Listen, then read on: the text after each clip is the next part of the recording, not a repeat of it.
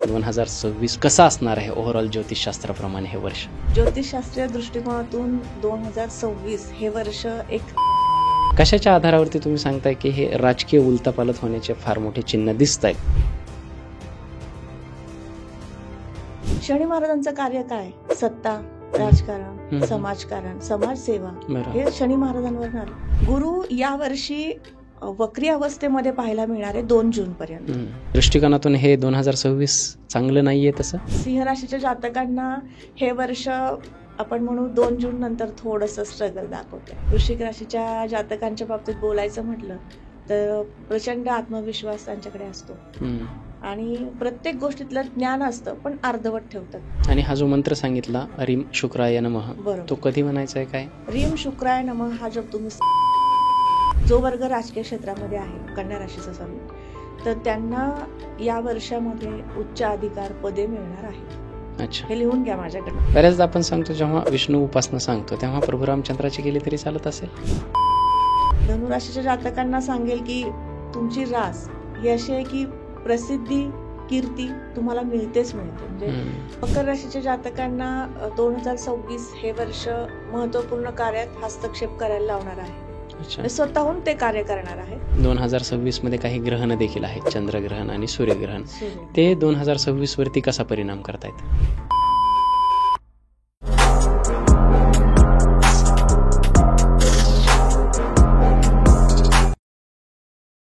हाय, hello, नमस्कार. मी doctor राज जाधव.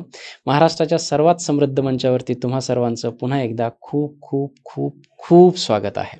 आजचा आपला जो पॉडकास्ट असणार आहे तो एखाद्या गुगल मॅपसारखा असणार आहे, नेव्हिगेटिंग टूलसारखा असणार आहे. आजचा पॉडकास्ट जे कुणी 2026 मध्ये जाऊ इच्छितात ना त्या लोकांसाठी गुगल मॅप असणार आहे. असं मी का म्हणतोय? कारण आजचा पॉडकास्ट हा 2026 हे तुमच्यासाठी, माझ्यासाठी, तुमच्या आप्तेष्टांसाठी, तुमच्या प्रत्येक जवळच्या व्यक्तीसाठी आणि प्रत्येकासाठी कसं असेल हे सांगणारा आजचा पॉडकास्ट आहे. आपल्याला जेव्हा एखाद्या डेस्टिनेशनवरती जायचं असतं तेव्हा आजच्या काळामध्ये तंत्रज्ञानाच्या युगामध्ये आपण पहिल्यांदा त्याचा गुगल मॅप सेट करतो. वाटेमध्ये जवळचा रस्ता कुठला, त्याच्यानंतर कुठे ट्रॅफिक आहे का, कुठे आपल्याला अडचण येणार आहे का याचा अंदाज बांधतो आणि नंतर त्या ठिकाणी पोहोचतो. आजचा पॉडकास्ट तसाच काहीसा असणार आहे की 2026 मध्ये जाण्यापूर्वी 2026 मध्ये माझ्यासाठी काय ठेवलेलं आहे हे जाणून घेणारा पॉडकास्ट म्हणजे आजचा पॉडकास्ट आहे. ज्यांना कुणाला 2026 मध्ये जायचंय, प्रगती करायची आहे, अडचणी टाळायच्यात आणि जर अडचणी असतील तर त्याच्यावरती काही उपाय शोधायचे, त्या प्रत्येकासाठी आजचा पॉडकास्ट अत्यंत युजफुल असा असणार आहे. शेवटपर्यंत बघायचं आहे, कुठेही मिस करू नका. आणि आजच्या या पॉडकास्टसाठी ज्या गेस्ट आपल्याकडे आलेले आहेत त्यांचा राजमंचावरती डेब्यू आहे, परंतु आम्ही जशी चर्चा केली ना एकदम फॅमिलियर वाटल्या. आज आपल्या राजमंचावरती ज्या गेस्ट आलेल्या आहेत त्या आहेत भास्कराचार्य डॉक्टर मंजुषा जोशी मॅम. बरं, त्यांचं इंट्रोडक्शन देताना काय झालं, मला त्यांनी इंट्रोडक्शन पाठवलं होतं, ते फार मोठं आहे. कारण एखाद्या व्यक्तीच्या कामाची व्याप्ती जेव्हा मोठी असते ना मी थोडं आखडतं घेतो, कारण कुठे अवमान व्हायला नको, म्हणून मी सरळ पहिले तर त्यांचं स्वागत करूयात आणि त्यांना विचारूयात आज आपल्याला या मंचावरती नवीन, खास, अगम्य अशा पद्धतीचं काय ऐकायला मिळणार आहे. खूप खूप स्वागत आहे मॅम तुमचं राजमंचावरती. धन्यवाद. कशा आहात? सगळ्यांना मजेत, सगळ्यांना श्री स्वामी समर्थ. श्री स्वामी समर्थ. आज आपण म्हणजे आज या मंचावर येण्याच्या मागचं कारण की 2026 याबद्दल खूप कुतूहल आहे. बऱ्याच मासिकातनं वगैरे पण आपण ऐकतो किंवा मीडियाच्या माध्यमातून ऐकतो की 2026 कसं असेल. तर म्हटलं चला आपण आपल्यासोबत पॉडकास्ट करूयात आणि सगळ्यांसोबत शेअर करूयात 2026 कसं असणार आहे ज्योतिषशास्त्रीय दृष्टिकोनातून. ओके मॅम, तुमचा राजमंचावरती डेब्यू आहे. प्रेक्षकांसाठी तुम्ही नवीन आहात, माझ्या प्रेक्षकांसाठी नवीन राहणार नाहीयेत. हा पहिला आहे, शेवटचा नाही. परंतु प्रेक्षकांशी ओळख व्हावी म्हणून अगदी थोडक्यात जर तुम्ही तुमचा परिचय सांगितलात की तुम्ही काय करता, कधीपासून करता, तर आपल्याला एक प्रेक्षकांना तुमची ओळख होऊन जाईल. नक्कीच. मी 1999 सालापासून ज्योतिषशास्त्र या क्षेत्रामध्ये शिक्षणास सुरुवात केली. 2005 साली मी ज्योतिषाचार्य झाले. भास्कराचार्य ही पदवी मी मिळवली आणि तदनंतर मी सेवा कार्य सुरू केलं. स्वामींच्या सेवेत राहून असंख्य लोकांचे प्रश्न, पीडितांचे प्रश्न सोडवणं, अडचणींवरती मार्गदर्शन करणं या माध्यमातून आजवरही कार्य करत आहे. गेली 22 वर्ष झाली मी या क्षेत्रात काम करतेय. म्हणजे अवघ्या वयाच्या 14व्या वर्षापासून मी या क्षेत्रामध्ये काम करण्यास सुरुवात केली आहे आणि अविरत हे कार्य करत राहणार आहे. खूप छान. माझ्या जन्मापासूनच मला म्हणून ते बाळकडू मिळालेलं आहे ज्योतिषशास्त्राचं, की माझ्या घरामध्ये फॅमिलीमध्ये माझे आजोबा, माझे वडील हे ज्योतिषशास्त्रामध्ये तज्ज्ञ मंडळी आहेत आणि त्यांच्या माध्यमातून मला रोज ऐकायला मिळायचं की अडचण आली तर काय करावं. आणि मग पुढे जाऊन हा वारसा मिळाला आणि त्यात मी काम करतेय. मला इतर गोष्टींवरती पण फार गप्पा मारायला आवडतात युजली, परंतु आजचा आपला जो विषय ना थोडा मोठा आहे आणि मला वाटतं ती राईट व्हॅल्यू आपण प्रेक्षकांपर्यंत पोहोचवली पाहिजे, म्हणून मी बाकीच्या गप्पा मारत नाही. आपण सगळं सरळ पहिल्या प्रश्नावरती येऊयात की 2026 काय दडलंय, 2026 मध्ये लोकांसाठी काय ठेवलंय बरं, हे कसं असणार आहे ओव्हरऑल ज्योतिषशास्त्राप्रमाणे हे वर्ष? ज्योतिषशास्त्रीय दृष्टिकोनातून 2026 हे वर्ष एक आव्हान, त्याचबरोबर धार्मिकता, त्याचबरोबर थोडासा स्वैराचार पण आहे यामध्ये. आणि त्यामध्ये आणखीन एक महत्वपूर्ण गोष्ट म्हणजे जसं 2025 हे काळाच्या पडद्यावर चाललंय आता सध्या, अजून गेलं नाहीये, तर जसं त्या 2025नी बरेचसे दंगे म्हणा किंवा मारहाणी झाल्या किंवा अनेक दुर्घटना पण झाल्या, तसं 2026 मध्ये सुद्धा काहीच चित्र आहे. बरं. आणि त्याचबरोबर हे 2026 राजकीय क्षेत्रासाठी फार विशेष. अच्छा. फार विशेष आहे. त्यांच्यामध्ये रवी, गुरु आणि शनी आणि राहू या ग्रहांचं फार मोठं कार्यकत्व असणार आहे. राजकीय क्षेत्रामध्ये कार्य करणाऱ्या वर्गांसाठी फार मोठी संधी त्यांना मिळू शकते. उलथापालथ होईल असं मी म्हणेल. अच्छा. नक्कीच होणार आहे. आणि याचा जो कालावधी असेल साधारणतः 18 जानेवारी नंतर 5 जून पर्यंत तुम्हाला बरंचसं चित्र बदललेलं दिसेल. म्हणजे राजकीय क्षेत्रामध्ये बरंचसं. महाराष्ट्रामध्ये तर आहे आणि भारतात देखील. आणि यामध्ये म्हणजे आपण म्हणू की जसे एखाद्या कार्याचे शिलेदार असतात, त्यामध्ये आपल्या या 2026 मध्ये वैद्यकीय क्षेत्र, संशोधन कार्य करणारा वर्ग जो आहे त्यांचं खूप मोठं कार्य असणार आहे. त्याचबरोबर राजकीय क्षेत्रामधली काही मंडळी, तज्ज्ञ मंडळी आहेत, त्यांचं खूप चांगलं कार्य या वर्षामध्ये दिसणार आहे, सगळ्यांना चांगल्या पद्धतीने केलेलं. आणि सीमेवरचे सैनिक यांचं तर फार मोठं हस्तक्षेप असणार या सगळ्या म्हणजे 2026ला घडवण्यामध्ये मी म्हणेल. मोठं महत्वपूर्ण कार्य ते सुद्धा करणार आहेत. म्हणजे 2026 हे आव्हान कशासाठी म्हणेल तर यावेळेस तुम्ही या संघटित व्हा आणि चांगलं काम करा, यासाठी तुम्ही आव्हान स्वीकारा. आणि यामध्ये एक विशेष मला जे दिसलं चित्र ज्योतिषशास्त्रीय दृष्टिकोनातून, तर युवक युवती या वर्षभरामध्ये तुम्हाला खूप चांगल्या पद्धतीने काम करताना दिसणार आहे. काही वेळेस म्हटलं जातं ना की मी कशाला जाऊ पुढे, माझं काय इथे रोल आहे वगैरे, पण तसं नाहीये. यावेळेस युवक पुढे येतील. म्हणजे अगदी मतदान असो किंवा कुठल्याही गोष्टीमध्ये काही आपत्कालीन परिस्थितीमध्ये तिथे मदत असो, युवक युवती फार मोठ्या प्रमाणात दिसतील असंही मला या शास्त्राप्रमाणे वाटतंय. प्रत्येक क्षेत्रामध्ये पुढे येणार आहेत. राजकीय क्षेत्रामध्ये तर नक्कीच मी सांगेल की युवा वर्ग जास्त पुढे आलेला दिसेल. कशाच्या आधारावरती तुम्ही सांगताय की हे राजकीय उलथापालथ होण्याचे फार मोठे चिन्ह दिसत आहेत या वर्षात भारतात, महाराष्ट्रात? त्याचं काही शास्त्र समजावून सांगू शकतो आपण प्रेक्षकांसाठी? हो, नक्कीच. कारण 18 जानेवारी नंतर मंगळदेवांचं जे गोचर असणार आहे ते एक विशेष असणार आहे. शनी महाराज गुरुदेवांच्या राशीतनं गोचर करतात, मीनेतनं. शनी महाराजांचं कार्य काय? सत्ता, राजकारण, समाजकारण, समाजसेवा हे शनी महाराजांवर आलं. आणि राजकीय क्षेत्रामध्ये प्रत्येक पुढारी व्यक्तिमत्व समाजसेवाच पहिली करतो किंवा तो समाजाच्या हितासाठीच कार्य करतो, त्या पोझिशनवर बसलेला आहे. त्यामुळे शनी महाराजांचा इथे मोठा रोल असणार आहे या वर्षामध्ये. त्यामुळे देशासाठी जसे आपले माननीय पंतप्रधान नरेंद्रजी मोदी जे आहेत किंवा इतर काही मंडळी आहेत आपल्या महाराष्ट्रातील देवेंद्रजी आहेत, यांच्या माध्यमातून चांगलं कार्य होऊ शकतं किंवा इतर पण काही राजकीय नेते आहेत, हम्म. विविध पक्षाचे मी नावं घेत नाही, हम्म. पण त्यांच्याकडनं पण चांगलं काम होणार आहे. याचं सगळ्यात मोठं कारण श्रेय मी देईल एकतर मंगळदेवांना, हम्म. दुसरी गोष्ट शनी महाराजांना आणि हम्म. तिसरी गोष्ट म्हणजे राहूदेवांना. बर. राहू हा कल्पनाशक्तीच्या जोरावर काम करतो, हम्म. त्यामुळे जो व्यक्ती तज्ज्ञ होतो, हम्म. तज्ज्ञ कधी होतो, त्याला राहूची गती मिळते, राहूची कल्पनाशक्ती मिळते, त्यावेळेस तो त्यातला डीप रिसर्च करतो. हम्म. त्यामुळे राजकीय क्षेत्रामध्ये राहूला फार महत्व आहे. हो. जसं शनीला आहे तसंच राहूला आहे, त्याच बरोबरीने आहे. त्यामुळे राजकीय क्षेत्रामध्ये उलथापालथ होणं म्हणजे अगदीच सत्ता परिवर्तन म्हणू आपण, किंवा सत्तेमध्ये जे आहेत हम्म. त्यांना मोठी आव्हानं समोर आहेत. आणि हे कुठल्या महिन्यामध्ये घडण्याची शक्यता आहे? साधारणतः जानेवारी 18 तारखेनंतर ओके. जून पर्यंत हा प्रवास आहे. साधारणतः एप्रिल पर्यंत तर मोठ्या प्रमाणात दाखवला गेलाय. म्हणजे अनालिसिस करताना एप्रिल महिन्याच्या 28 तारखेपर्यंत मोठी उलथापालथ होण्याची शक्यता आहे. जूनच्या 2 तारखेपर्यंत या सगळ्या गोष्टी होत राहणार आहेत. वा, वारंवार. खूप छान आहे. राजकीय लोकांनी सावधान राहिलं पाहिजे. खूप छान.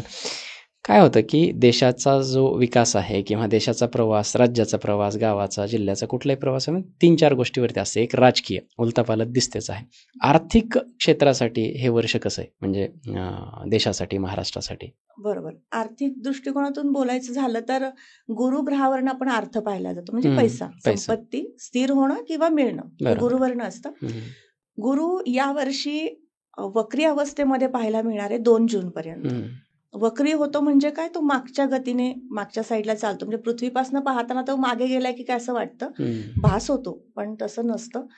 तो त्याच्या गतीनेच चालतो, फक्त त्याची गती थोडीशी मंद होते आणि त्या गतीमध्ये अर्थव्यवस्थेमध्ये थोडासा चढ-उतार नक्कीच दिसतो. हम्म. म्हणजे आता कर्क राशीमध्ये गुरु परिवर्तित झालेला आहे हम्म. आणि तो 2 जून पर्यंत, म्हणजे 3 डिसेंबर पर्यंत तो अगदी कर्क राशीमधनच गोचर करेल हम्म. आणि तदनंतर जो जानेवारीपासूनचा आपण प्रवास पाहतोय 2026 26. हं. तर त्यामध्ये तो मिथुनेतनं गोचर करणार आहे 2 जून पर्यंत. त्यामुळे 2 जून पर्यंत अर्थव्यवस्थेमध्ये फार मोठे चढ-उतार असणार आहेत. महागाई थोडी वाढू शकते. 2 जून पर्यंत, हो. जानेवारी ते जून. June okay. या दरम्यान तुम्हाला महागाई वाढलेली दिसेल. काही गोष्टींसाठी तुम्हाला अर्थव्यवस्थेमध्ये थोडीशी तुमच्याकडनं कंप्लेंट्स येतील की या गोष्टी आम्हाला अपेक्षित नव्हत्या. अच्छा. अशा पद्धतीने आपण म्हणू त्याला. हम्म. आणि यामध्ये अन्नधान्य या बाबतीमध्ये सुद्धा थोडासा महागाईचा तुटवडा जाणवू शकतो किंवा नक्कीच महागाई वाढू वाढू शकते. शकते. ओके. हे महाराष्ट्रासाठी, भारतासाठी, हे दोन्हीसाठी. भारतासाठी सुद्धा आणि महाराष्ट्रासाठी सुद्धा ओके. महागाई वाढणार आहे. मग वर्डिक्ट द्यायचं झालं तर म्हणजे आर्थिक दृष्टिकोनातून हे 2026 चांगलं नाहीये तसं? जून पर्यंत मी म्हणेल की 19-20 आपण या दृष्टिकोनातून जर गेलो तर जून पर्यंत नक्कीच आर्थिक दृष्टिकोनातून आपण सॅटिस्फाईड नाहीये की एवढी महागाई अपेक्षित नव्हती. आणि जून नंतर? जून नंतर बऱ्यापैकी याचा कमी होणार आहे. याचं एक कारण मोठं असं आहे की 4 ग्रहांचा एकत्रित जो युतियोग होतो त्याचे परिणाम अर्थव्यवस्थेवरती खूप चांगले होतात. बरं. आणि तो 4 जुलै नंतरचा कालावधी आहे. म्हणजे 2 जून ते 4 जुलै या दरम्यान शुक्र आणि गुरु एकत्र गोचर करतील आणि तदनंतर मग अर्थव्यवस्थेमध्ये थोडीशी सुधारणा, म्हणजे थोडंसं महागाईवरती कुठेतरी कंट्रोल आलेलं तुम्हाला दिसेल किंवा तुम्ही काही त्या गोष्टींना ऍक्सेप्ट करायला सुरुवात करा असं म्हणा. त्या पद्धतीने आणि अर्थव्यवस्थेमध्ये म्हणजे RBI यांच्याकडनं सुद्धा काही कर्ज वगैरे आपण जे म्हणतो या माध्यमातून जरी बघितलं तरी जानेवारी ते एप्रिल पर्यंतचा कालावधी या सगळ्यासाठी महागाई वाढवण्याचं कारण ठरणार आहे. बरं. आणि एप्रिल नंतर काहीसा परिणाम सौम्य होत जाईल. जून नंतर बऱ्याचसं चित्र बदललेलं असेल. बऱ्याचदा प्रेक्षकांना मला सांगायला आवडेल की असे पॉडकास्ट आपण का करतो. जसं मी सांगितलं की हा रोड मॅप आहे, हा गुगल मॅप आहे आपल्यासाठी, की जशा हे होत आहे आता त्याच्यावर विश्वास ठेवायचा की नाही हा प्रत्येकाचा स्वतःचा विषय आहे, परंतु ज्यांचा विश्वास आहे त्या लोकांनी या गोष्टीसाठी तयार राहिलं पाहिजे. हो की नाही मॅम? बरोबर. आपण त्यासाठीच बोलतो. बरोबर. काही लोक शेअर मार्केटमध्ये गुंतवणूक करतात, तर त्यांचं असं म्हणणं असतं की मॅम मी करू का नको, म्हणजे मी केलं तर ती गुंतवणूक माझी फायदेशीर राहील का, असे असंख्य प्रश्न रोज असतात.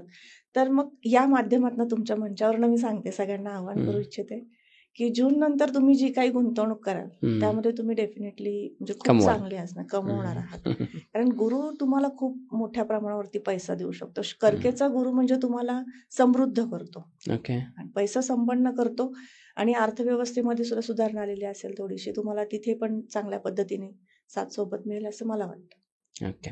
आता बोलूयात आरोग्याच्या दृष्टिकोनातून. आरोग्याच्या दृष्टिकोनातून 2026 कसं आहे? आरोग्यासाठी 2026 मधला जून ते ऑक्टोबर पर्यंतचा जो कालावधी आहे, या दरम्यान थोडासा आरोग्याच्या तक्रारी राहणार आहेत. ओके. याचं सगळ्यात मोठं कारण म्हणजे आपण जसं महावारी येणं म्हणतो थोडक्यात, कोविड. एखादा आजारपण वगैरे, जसं कोविड येऊन गेला तशा पद्धतीने आजारपणाच्या तक्रारी त्या दरम्यान खूप जास्त दिसतील. याचं मोठं कारण म्हणजे शनी जलतत्वाच्या राशीतनं जेव्हा गोचर करतो त्यावेळेस खूप पाऊस पडतो. आता तुम्ही अनुभव घेतलेला आहे 2025 मध्ये, म्हणजे थांबलेलाच नाही अजून. पाऊसच थांबत नाहीये. आता सुद्धा पाऊस सुरू आहे. नोव्हेंबर सुरू झाला तरी पाऊस सुरू आहे. बाहेर पाऊस पडतोय आपण शूट करताना. बरोबर. म्हणजे पावसाचं वातावरण जास्त का राहण्याचं कारण म्हणजे जलतत्वाच्या राशीतनं जेव्हा शनी गोचर करतात. ज्या ज्या वर्षात तुम्ही आतापर्यंत अनालिसिस ज्यांनी केल्या, जे ज्योतिष शिकतायत त्यांना मी सांगू इच्छिते की शनी महाराज जलतत्वाच्या राशीतनं जेव्हा गोचर करतात त्या वर्षी खूप पाऊस पडतो. जुलै 26 मध्ये पण तसंच आहे. तसंच चित्र आहे आणि त्यामुळे आजारपण येणार आहे. म्हणजे डेंग्यू, मलेरिया, तापाच्या तक्रारी मात्र जास्त असणार आहेत त्या दरम्यान. आणि आजारपणाच्या तक्रारी म्हणजे व्हायरल, बाकी काही नाही. म्हणजे मोठे फार मोठी महामारी वगैरे नाही, पण जसं कोविड येऊन गेला तशा पद्धतीने नक्कीच नाहीये. पण तापाच्या तक्रारी जसं कोविडच्या दरम्यान होत्या, काही वर्षांपूर्वी बर्ड फ्लू आला होता, तशा पद्धतीने असं काहीतरी आजारपणाची निर्मिती होऊ शकते. म्हणजे हे शास्त्र सांगतं की तुम्हाला त्या दरम्यान तुमच्या आरोग्याची विशेष काळजी घ्यायची आहे. खूप सुंदर. पुढे आपण, मला वाटतं की आता आरोग्य झालं, राजकारण झालं, आर्थिक कारण झालं, आता आपण येऊयात धर्मकारणाकडे. धार्मिक किंवा स्पिरिच्युअलिटीसाठी हे 2026 कसं आहे? 2026च्या 7 जुलैपासून थोडीशी आध्यात्मिक वृत्ती प्रत्येकामध्ये वाढणार आहे, जागृत होणार आहे. 7 जुलै नंतर. याचं मोठं कारण म्हणजे रविदेव, बुधदेव आणि शनी महाराज हे तुम्हाला अध्यात्माकडे घेऊन जातील. म्हणजे बघा, ज्याला काहीतरी अडचण येते त्यावेळेसच तो कोणाकडे तरी मदत मागतो, बरोबर. तसं या दरम्यान जी अर्थव्यवस्थेमध्ये थोडीशी अस्थिरता होऊन गेलेली आहे जानेवारी ते एप्रिल पर्यंत, किंवा आर्थिक आणि नोकरी संदर्भात पण तसंच होऊ शकतं. मग त्या माध्यमातनं तिकडनं तुम्हाला पैसा कुठून तरी मिळाला पाहिजे. बरोबर. मला अडचण आहे तर मी काय करू. मग इथं थोडंसं ते अध्यात्म. आणि दुसरी गोष्ट म्हणजे गुरु आणि शुक्राची युती कर्क राशीतनं त्या दरम्यान असणार आहे. आणि मग त्यावेळेस गुरु हा ग्रह कसा आहे की अध्यात्माशी रिलेटेड ग्रह आहे. म्हणजे अध्यात्म तो शिकवतो. गुरु हा सगळ्या म्हणजे ग्रहमंडळामध्ये सगळ्यांचे गुरु होते बृहस्पती. तसं शुक्राचार्य हे दैत्यांचे गुरु होते, म्हणजे शुक्र. तर यावेळेस थोडीशी श्रद्धा, अंधश्रद्धा इथे दिसणार आहे जूनच्या अगोदर. त्यामुळे जुलै नंतर, म्हणजे 7 जून नंतरचा जो कालावधी असेल, 7 जुलै नंतर जो कालावधी असेल तो थोडासा अध्यात्माकडे लगेच परत वळतील लोक. एप्रिल जून मध्ये जो काही असेल प्रकार झालेला, की काही अंधश्रद्धाळू वृत्ती वाढेल, तर या दरम्यान ते पुन्हा येऊ शकतात अध्यात्माकडे. हे वर्ष अध्यात्माचं सुद्धा आहे. याचं दुसरं मोठं कारण म्हणजे ज्यावेळेस कर्क राशीतनं गुरूंचं गोचर होतं त्यावेळेस नास्तिकाला सुद्धा आस्तिकासारखी एक बुद्धी होते, सुबुद्धी होते म्हणू आपण, सुबुद्धी होते. तो पुन्हा अध्यात्माकडे येतो, किंवा माझ्या धर्माचं आचरण मला केलं पाहिजे, धर्माचं पालन केलं पाहिजे, किंवा प्रत्येक धर्म संस्कृतीमध्ये आपल्याला धर्माचा आपल्याला अभिमान असतो किंवा आपण तो सांभाळतो. तर त्या पद्धतीने ते चित्र सुद्धा आता या दरम्यान दिसणार आहे बऱ्यापैकी. म्हणजे फार छान. मलाच रिलेट होतंय की जूनपर्यंत काहीतरी म्हणजे आर्थिक महामारी आहे, राजकीय उलाढाल आहे, मंदी आहे, महागाई आहे. मग त्याच्या जूनपर्यंत एवढं सगळं सहन केल्याच्या नंतर आपोआपच लोक स्पिरिच्युअल व्हायला लागतात. आणि तसंच ज्योतिष सांगते, खूप छान पद्धतीने रिलेट होतंय. आता मला वाटतं की सर्वात महत्त्वाचा विषय जो आपण तंत्रज्ञान वगैरे पाहतो, AI म्हणा, तंत्रज्ञान म्हणा, या सर्व गोष्टींसाठी 2026 कसं आहे?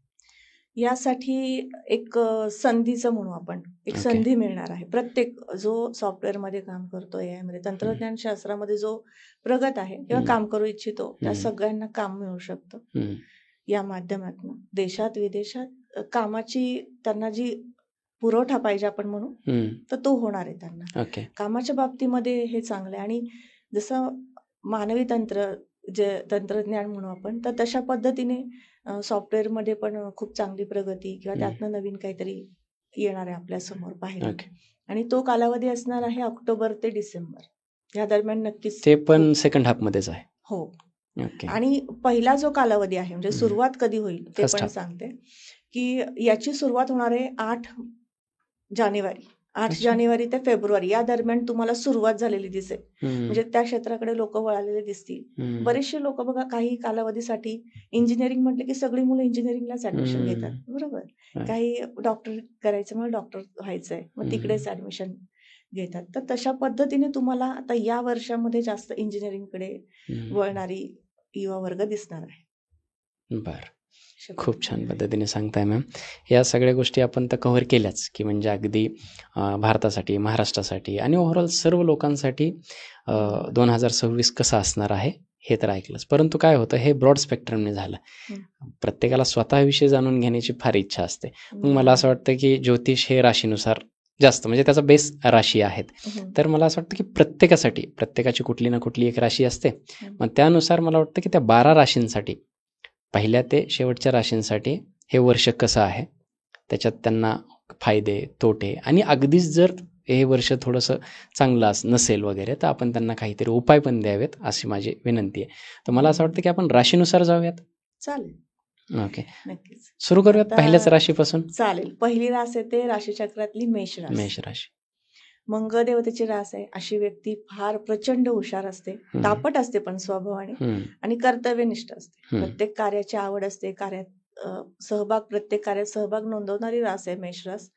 आणि यांच्या पत्रिकेमध्ये राशी कुंडलीनुसार आपण आता जाणून घेतो. त्याच्यामुळे जन्मलग्न कुंडलीमध्ये प्रत्येकाच्या घरामध्ये तो शनी कुठे वेगळ्या स्थानामध्ये असू शकतो, पण राशीप्रमाणे तो 12व्या स्थानातनं गोचर करणार.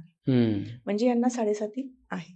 कारण शनी महाराज ज्यावेळेस आपल्या राशीच्या 12व्या स्थानात येतात त्यावेळेस आपल्याला पहिली अडीचकी देतात. म्हणजे पहिले 2.5 वर्ष सुरू होतात. 7.5 3 टप्पे असतात, 2.5 वर्षाचे. त्यातला पहिला 2.5 वर्षाचा जो टप्पा असेल तो मेष राशीला आता सुरू झालेला आहे 30 मार्च 2025 पासून. तर यांना हे पहिलं वर्ष जे कसं गेलं, मार्च ते मार्च आपण जर विचार केला तर हा त्यांना फक्त संभ्रमित करणारा होता की काय करू काय नको, म्हणजे कुठलंही क्षेत्र निवडायचं आहे पण निवडू की नको, करू काय नको, ह्या सगळ्या विचारांमध्ये गेला, गोंधळलेले होते ते. आता ते क्लिअर होणार आहेत. अच्छा, 26 मध्ये. म्हणजे 26 मध्ये मार्च 26 नंतर त्यांना बरंचसं काही समजणार आहे की मला काय केलं पाहिजे, मी कुठे पोहोचलं पाहिजे. म्हणजे त्यांना क्लॅरिटी ऑफ थॉट्स. येस, ते मिळणार आहे. आणि दुसरी गोष्ट, मेष राशीला आणखीन एक चांगला योग होतो ते म्हणजे त्यांच्या चतुर्थ भावातनं गुरुचं गोचर असणार आणि ते असेल 2 जून नंतर. पण आता वक्री अवस्थेमध्ये तृतीयात नसणार आहे. त्यामुळे जो नोकरदार वर्ग आहे त्यांना मी सांगणार आहे की तुम्हाला खूप छान पद्धतीने कामाचा उरक वाढवायचा आहे. काम तुम्हाला मिळू शकतं, श्रमातनं तुम्हाला पैसा मिळू शकतो, प्रसिद्धी मिळू शकते. म्हणजे अगदी सॉफ्टवेअरमध्ये काम करणारा वर्ग किंवा युट्यूबर तुम्ही, तुमच्यासाठी पण खूप सुंदर त्यावेळेस कालावधी असणार आहे की त्या दरम्यान तुम्ही चांगलं काम करू शकणार. समाजासमोर तुम्ही चांगलं मत मांडण्याचं काम करताय, ते काम उत्कृष्ट होऊ शकतं. आणि सिनेसृष्टीसाठी तर अतिशय शुभ असणार आहे. म्हणजे ज्यांची मेष रास जी लोक मेष राशीचे लोक सिनेसृष्टीत, एंटरटेनमेंट फील्डमध्ये, नक्कीच त्यांना पण चांगलं काम मिळू शकतं, त्यांच्याकडनं चांगलं काम होऊ शकतं. म्हणजे त्यांच्यासाठी पण अगदी सुंदर तो कालावधी असेल. कारण चतुर्थातला गुरु त्यांना पैसा आणि प्रसिद्धी दोन्ही पण देऊ शकतो. आणि वक्री अवस्थेमध्ये तो तृतीयातनं गोचर करणार आहे. जून नंतर मात्र त्यांचं म्हणजे अगदीच उत्तमच कार्य सुरू होणार आहे. म्हणजे पैसाही आणि प्रसिद्धी. जूनच्या अगोदर थोडंसं जो आहे म्हणजे स्ट्रगल आहे. म्हणजे काम तुम्हाला करायचंय, पहिलं करायचंय आणि मग मिळणार आहे, बरोबर. तशा पद्धतीने त्यांना जावं लागेल. आणि आर्थिक दृष्टिकोनातून त्यांना हे वर्ष थोडंसं संमिश्र मी म्हणेल. म्हणजे कष्ट खूप आहेत ना, 6 महिने तुम्हाला पहिले खूप कष्ट पडणार. त्यामुळे आर्थिक दृष्टिकोनातून 6 महिन्यानंतरचा कालावधी त्यांना चांगला असेल. 7.5 आहे. 12व्या घरातनं शनी जेव्हा गोचर करतात त्यावेळेस आर्थिक दृष्टिकोनातून तुम्हाला कुठेतरी ताणतणाव, कर्ज डोक्यावर होणं. कारण शनी 12व्या घरात गेले की आपोआपच तुम्हाला काहीतरी घ्यावं असं वाटतं, खर्च करावं असं वाटतं, घर घ्यावं असं वाटतं, गाडी घ्यावीशी वाटते आणि मग तिथे इन्व्हेस्टमेंट होते. मग ती कुठेतरी आपल्याला तडजोड करून ते जोडाजोडी करायची, ह्या सगळ्या गोष्टी सुरू होतात आणि त्या माध्यमातून कर्ज होणार आहे. आणि त्या कर्जाचं नियोजन तुम्हाला लावण्यासाठी हा महिना तो म्हणजे हे साधारणतः हे 3-4 महिने जे जून नंतरचे असणार आहेत, ऑक्टोबर पर्यंतचे, हे थोडेसे ताणतणाव देणारे असतील. पण त्यानंतरची स्थिती मध्यम राहील. 7.5 आहे तर मारुती स्तोत्र पठण करायचंय, शनी स्तोत्र पठण करायचंय, यांनी कायम चालू ठेवायचं आहे. म्हणजे पुढील कालावधी 7.5 वर्षाचा असणार आहे. म्हणजे आपण 2026 मध्ये ऐकतोय तर इथून पुढे त्यांनी 7.5 वर्ष ते चालूच ठेवायचं. मी म्हणेल पुढचे 6.5 वर्ष राहिलेले आहेत त्यांनी शनी स्तोत्र, मारुती स्तोत्र वाचन चालूच ठेवायचं आहे. म्हणजे तुम्हाला कर्जाचा भार वाटणार नाही. अच्छा. शनी महाराज डोक्यावर कर्ज देतात म्हणजे तुम्हाला भार देतात हम्म. आणि तुम्हाला शिकवतात. शिकवण्यासाठी शनिदेव येतात ना, त्यामुळे या लोकांसाठी ते एक महत्वपूर्ण ठरेल की तुम्ही तुमचं कर्ज कमी करायचंय, खर्चावर नियंत्रण आणायचंय, तर तुम्ही शनी महाराजांची उपासना या दरम्यान करायची आहे. आणि हा. आरोग्यासाठी या लोकांना थोडासा पाय पावलं दुखणं किंवा पायांच्या टाचा दुखणं, पायांना आग होणं आणि उष्णतेचा विकार जास्त जाणवणं, या गोष्टी त्यांना या वर्षात होणार आहेत. ओके. उपायामध्ये फक्त यांना एकतर शनी स्तोत्र आणि शनी मारुती स्तोत्र, स्तोत्र मारुती स्तोत्र ह्यांनी नक्की पुढचे करायचं. 6 वर्ष. पुढचे 6 वर्ष आणि मेष राशीच्या लोकांसाठी हे वर्ष संमिश्र असणार आहे. संमिश्र असणार आहे. ओके. नक्कीच. पुढची रास घेऊयात आपण. वृषभ रास. वृषभ रास शुक्रदेवांची रास आहे. प्रचंड हौशी व्यक्तिमत्व वृषभ राशीमध्ये पाहायला मिळतं. स्टँडर्डता ह्या वर्षभरात त्यांना आणखीन जास्त ते मेंटेन करणार आहेत स्वतःला. माझं व्यक्तिमत्व प्रभावशाली कसं असेल याकडे त्यांचा कल राहणार आहे. संपूर्ण वर्षभर ते स्वतःकडे जास्त लक्ष देणार आहेत. आणि त्यांच्या कुंडलीनुसार शनिदेवांचं जे गोचर आहे त्याप्रमाणे जर पाहिलं तर त्यांना आर्थिक दृष्टिकोनातून तिथे खर्च जास्त झाल्यामुळे थोडासा त्यांना ताण जाणवेल. आरोग्याच्या दृष्टीने त्यांना हे वर्ष संमिश्र आहे. फार मोठ्या प्रमाणात कुठल्या आजारपणाच्या तक्रारी नाही आहेत. पण ज्यावेळेस चंद्रग्रहण असणार आहे, म्हणजे आपण त्या विषयाकडे येऊच पुढे, तर त्यावेळेस तुम्हाला नक्की सांगेल की त्यांना ते चंद्रग्रहण लाभदायक नाहीये. तर त्याच्या माध्यमातून सांगेल की या वर्षामध्ये फेब्रुवारी ते मार्च हा महिना त्यांना थोडासा आरोग्याला ताणतणाव देणारा आहे. या वर्षभरात त्यांची तब्येत सुलावू शकते, स्थूल होते, वजन वाढू शकतं. त्यामुळे त्यांनी त्यांच्या आरोग्याची काळजी घेताना मेडिटेशन बरोबर व्यायाम या 2 गोष्टी त्यांनी सांभाळायच्या. म्हणजे उगाच त्यांना असं वाटतं, कारण ही सौंदर्याची रास आहे वृषभ रास. यांना मला प्रत्येकाने पाहावं आणि वरून शुक्राची रास ना, मला सगळ्यांनी पाहावं हे त्यांना प्रथम वाटत असतं. त्याच्यामुळे त्यांची तब्येत सुधावली की ते थोडेसे हे होतात, नर्वस होतात की मला असं नाही दिसलं पाहिजे मी. मग त्यांना थोडंसं मेडिटेशन करायचं हा सल्ला राहील. आणि त्याचबरोबर त्यांनी आरोग्याची काळजी घ्यायची आहे. तब्येत कमी व्यवस्थित राहील याच्याकडे काळजी घ्यायची. दुसरी गोष्ट म्हणजे त्यांनी या संपूर्ण वर्षभरामध्ये आर्थिक नियोजन त्यांचं ढासळणारच आहे मी म्हणेल. त्याच्यामुळे शुक्राची उपासना त्यांनी करायची. कुलदेवतेचं नामस्मरण त्यांनी वाढवायचंय. ओके. ज्यांची जी कुलदेवता असेल हो, जी कुलदेवता तुमची आहे त्यांनी कुलदेवतेचं नामस्मरण वाढवायचं आहे. कुलदेवतेचं वर्षात 2दा दर्शनाला जा तुम्ही, सगळ्यात चांगलं. कारण तिथनं ते एनर्जीचं मेन केंद्रबिंदू आहे मंदिर कुलदेवतेचं. तर तिथे जाऊन तुम्ही नतमस्तक होऊन या. तुम्हाला खूप चांगले रिझल्ट दिसतील. तुमच्या खर्चावर नियंत्रण येईल. तुमच्या राहणीमानामध्ये काय कमतरता आहे, काय गरजेचं आहे या गोष्टी तुम्हाला समजतील. म्हणजे तिथे तुम्हाला तो फायदा होऊ शकतो. आणि आर्थिक नियोजन लागल्यामुळे तुमच्या बाकीच्या सगळ्या गोष्टी, नवीन काहीतरी खरेदीचे योग त्यांना चांगले आहेत. म्हणजे जून जुलै नंतर ते काहीतरी चांगलं खरेदी करणार आहे. म्हणजे या वर्षात त्यांना घर, गाडी, या सगळ्या गोष्टी घेण्याचे योग आहेत. त्यामुळे त्यांनी तिथे लक्ष द्यायचं. शुक्राची उपासना कशी करायची? शुक्राची उपासना करताना तुम्ही रीम शुक्राय नमः जप करू शकता. किंवा तुमचं जे कुलदैवत असेल, सपोज आता आपल्या महाराष्ट्राची कुलदेवता तुळजाभवानी, तर तुळजाभवानीचं नामस्मरण करा. वर्षातनं 2दा तुमच्या दर्शनाला जा, नतमस्तक होऊन या. तुम्हाला बरेचसे चांगले रिझल्ट येतील. आणि हा जो मंत्र सांगितला रीम शुक्राय नमः, तो कधी म्हणायचा आहे? काय रीम शुक्राय नमः हा जप तुम्ही सकाळी किंवा संध्याकाळच्या वेळेमध्ये करायचा. एक माळ करायचा. 108 वेळा हा जप केला की तुम्हाला मनस्वास्थ्य आणि आर्थिक भरभराट झालेली दिसून येणार. ओके, खूप छान मॅम. जाऊयात पुढच्या राशीकडे. मिथुन रास.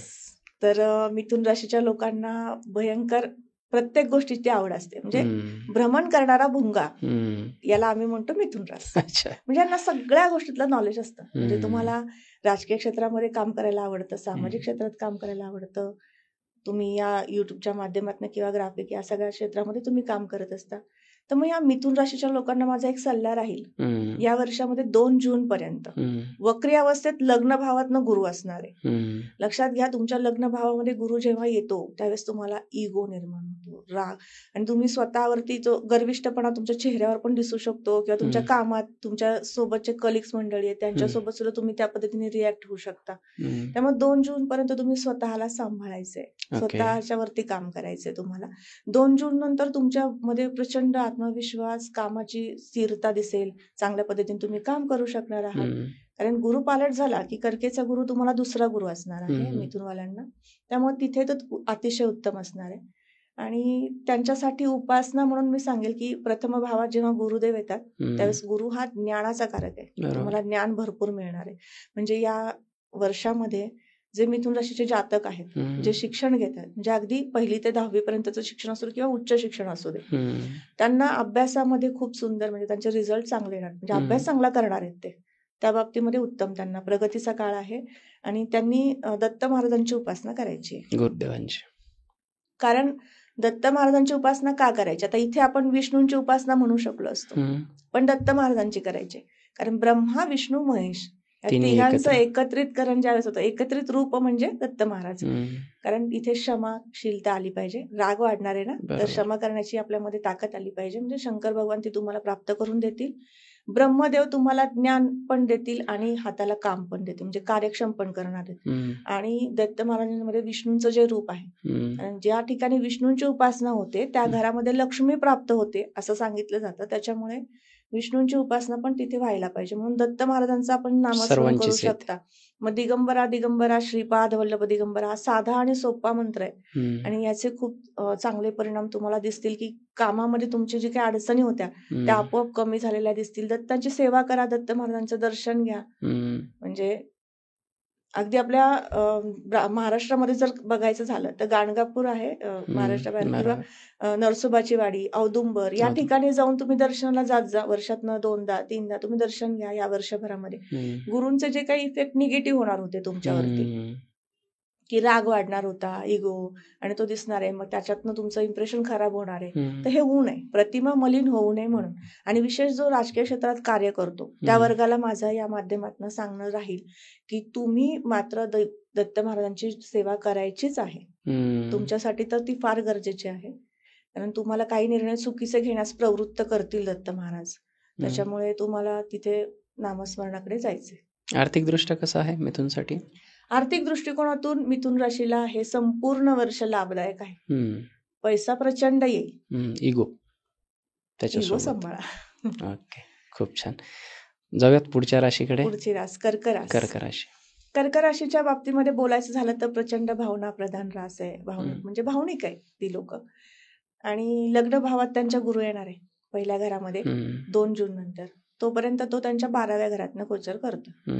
आता 12वा गुरु आला की थोडंसं माणूस आर्थिक दृष्टिकोनातून अडकतो. म्हणजे या वर्षात जून पर्यंत त्यांना काहीतरी खर्च होऊ शकतात, मोठे खर्च होऊ शकतात, गाडी, घर, असे काही गोष्टी घेण्यामध्ये त्यांचा पैसा अडकू शकतो. आणि यांना एक काळजी घ्यायची शेअर मार्केटमध्ये गुंतवणुकीसाठी. यांना जून पर्यंतचा कालावधी चांगला नाही. अच्छा. जून नंतर त्यांनी शेअर मार्केटमध्ये गुंतवणूक करावी, चांगल्या मोठ्या प्रमाणात करावी, काही प्रॉब्लेम नाही. पण जून पर्यंत त्यांना अडचणी येऊ शकतात, त्या अडचणीत येऊ शकतात तिथे गुंतवणूक केली तर. आणि दुसरी गोष्ट म्हणजे राहू. यांच्यासाठी राहू सुद्धा एक चांगला फळ देणार आहे त्यांना, कारण तो त्यांच्या अष्टमातनं गोचर करणार आहे. अष्टमातला राहू तुम्हाला विचारवंत करतो, म्हणजे ज्ञानी करतो. राहूचे आपण अनेक तुम्ही पॉडकास्ट केले असतील किंवा तुम्ही ऐकले असतील की राहू बद्दल खूप काही निगेटिव्ह पण लोक म्हणजे मनात धरून बसलेले. तर त्यांना मला सांगायचंय की राहू वाईट नाहीये, नक्कीच नाहीये. राहू खूप चांगले कलियुगाचा राजा आहे. राजा आहे, भजा त्याला तुम्ही, मी म्हणेल तुम्ही सेवा करा. तुम्ही या म्हणजे माध्यमातून सांगते ज्यांची कर्क रास आहे यांनी राहूचा जप रीम राहावे नमः जप करू शकता, किंवा गोरगरिबांना अन्नदान त्यांच्यासाठी श्रेष्ठ असणार आहे. म्हणजे ज्या लोकांना जी गोष्ट निर्णय आहे त्यांच्याकडे नाही आहे ती गोष्ट, ती त्यांना द्या तुम्ही. शिक्षण घेणाऱ्या वर्गाला शालेय उपयोगी वस्तू द्या तुम्ही. नक्कीच तुमचा राहू स्ट्रॉंग होईल, तुम्हाला चांगलं ज्ञान देईल आणि तुम्ही आर्थिक दृष्टिकोनातून सक्षम व्हाल. म्हणजे या पद्धतीने त्यांनी ते करावं. तो उपाय त्यांच्यासाठी खूप चांगला आहे. फक्त एवढंच टाळायचं आहे, त्यांनी हे टाळायचं बस. म्हणजे आर्थिक दृष्टिकोनातून त्यांना हे वर्ष चांगलं जाईल. म्हणजे त्या माध्यमातून जर तुम्ही राहूची उपासना केली तर नक्कीच तुम्ही चुकीच्या ठिकाणी गुंतवणुकी टाळाल आणि त्या माध्यमातून तुम्हाला योग्य मार्गदर्शन मिळालं तर तुम्ही पुढेच जाणार आहात. अशा पद्धतीने आहे. आणि जो वर्ग मेडिकल क्षेत्रामध्ये काम करतो, नोकरी करतो, किंवा स्वतः ऍज अ डॉक्टर म्हणून तुम्ही काम करताय, तर अशा वर्गांना पण मी सांगते की ज्यांची कर्क रास आहे त्यांना हे वर्ष खूप सुंदर आहे. चांगलं काम करणार आहात तुम्ही, अनेक लोकांची सेवा करणार आहात. त्या माध्यमातून तुम्हाला अर्थार्जन 100% मिळणार आहे. परंतु त्यांचे आशीर्वाद आणि त्यातनं मिळणारं समाधान जे असतं ना, ते त्यांना खूप सुखावणारं असणार आहे. ओके. पुढची रास सिंह रास. सिंह राशीच्या जातकांना हे वर्ष आपण म्हणू 2 जून नंतर थोडंसं स्ट्रगल दाखवतंय. 2 2 जून नंतर. नंतर तोपर्यंत चांगला आहे. कारण जानेवारी ते जून हा टप्पा 6 महिन्याचा त्यांच्यासाठी आर्थिक दृष्टिकोनातून चांगला आहे. किंवा इन्व्हेस्टमेंट मोठ्या मोठ्या करतील. त्याचबरोबर कुठे प्रवासाचे त्यांचे योग चांगले आहेत. चांगल्या फिरण्याचे योग चांगले आहेत या वर्षभरामध्ये त्यांचे. देशात परदेशात त्यांना फिरण्यास जाण्याची संधी मिळणार आहे. खराब कुठे आहे? खराब कुठे आहे म्हटलं. तर यांना आरोग्याच्या बाबतीमध्ये थोडंसं हे वर्ष जे जून पर्यंत मध्ये जर बघितलं तर आपण गुरु बदलल्यानंतरचा जो टप्पा असणार आहे तो आरोग्याला खराब आहे. जसं आपण सुरुवातीला समजून घेतलं ना की यावर्षी आरोग्याच्या तक्रारी निर्माण होणार आहेत, तर जास्त त्रास यांना होऊ शकतो. सिंहवाल्यांना त्रास होईल. तब्येतीच्या तक्रारी वारंवार असतील. पाठदुखीचा त्रास होईल. मणक्याचा पाठदुखीचा त्रास या वर्षात त्यांना संभवू शकतो. विशेषतः त्यांच्या आरोग्याची काळजी घ्यायची आहे. पण जून नंतरचा टप्पा आणि अलीकडे जूनच्या अगोदर आरोग्य साथ देईल. मी म्हणेल आर्थिक दृष्टिकोनातून आणि आरोग्याच्या दृष्टिकोनातून जूनच्या अगोदर चांगला कालावधी आहे.